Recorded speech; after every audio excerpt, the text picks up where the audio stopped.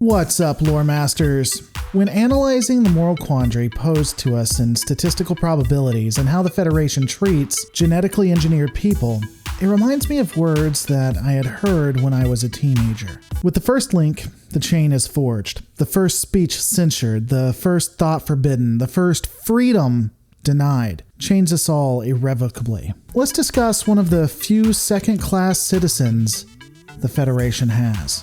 Before we can have a true discussion about how the Federation, and indeed Starfleet, treats its citizens, we need to have a frank conversation about how they got to this point. From 1992 to 1996, the Earth would be plunged into a series of conflicts known as the Eugenics Wars, or the Great Wars for short.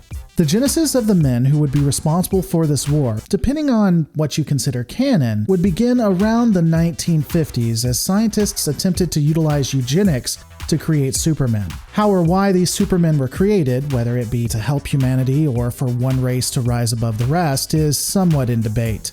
However, these super people attempted to conquer the human race. The most well-known of them is, of course, Khan Noonien Singh. He would be able to conquer a significant part of the globe, while other super people would follow in his steps, taking over a majority of the rest of the planet. We can't be sure if the wars that would result from all of this began as some form of civil war as supermen started fighting each other, or if it was by people who were not genetically engineered and tired of being slaves. What we do know is that the war would cost anywhere from 30 to 37 million lives. According to the Earth governments, all of the superhumans would be destroyed. Eugenics would continue to be an issue, however, and be one of the major causes for World War III. At the end of that conflict, with most of the planet utterly destroyed and the Earth having a nice new green glow, eugenics and genetic engineering would be outlawed across the globe. Some of the embryos of the genetically engineered humans survived, however, but that's a conversation for another time. With this devastating impact to a founding member of the UFP and presumably similar issues to other species that would join the Federation, genetic engineering would be banned in the Federation and Starfleet, and those who were modified would not be allowed to serve in certain capacities,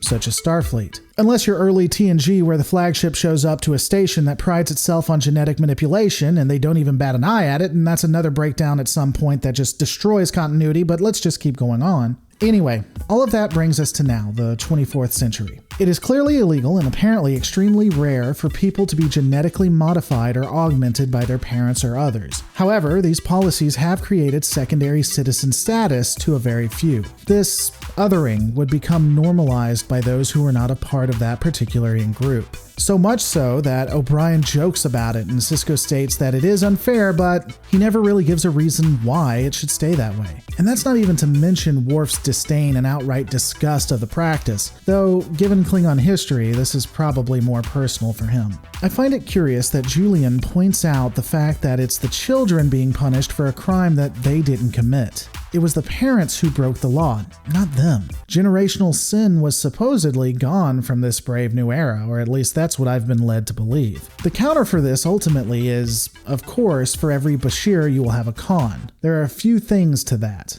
First, I don't believe it. I don't think it's a 1-to-1 ratio, and I have more faith in humanity, especially evolved humans of the Federation. Secondly, this fear from normies means that kids will get hurt and parents will try to hide what they've done. It's even stated in this episode where the parents only came out and said something when they had no choice. And they said something when it was too late. And lastly, the problem is Starfleet took a hammer to an issue that required a scalpel. It's stated that people prevent some from entering into Starfleet because they'll become the next Khan, as we've discussed, but that shouldn't be why they do it. Genetic manipulation should be illegal because of how devastating it is to the individual. We see the success stories in Julian, sure, but look at what it does to the others. From everything we can tell, it appears that there are far more instances of accidents and damages to kids than not.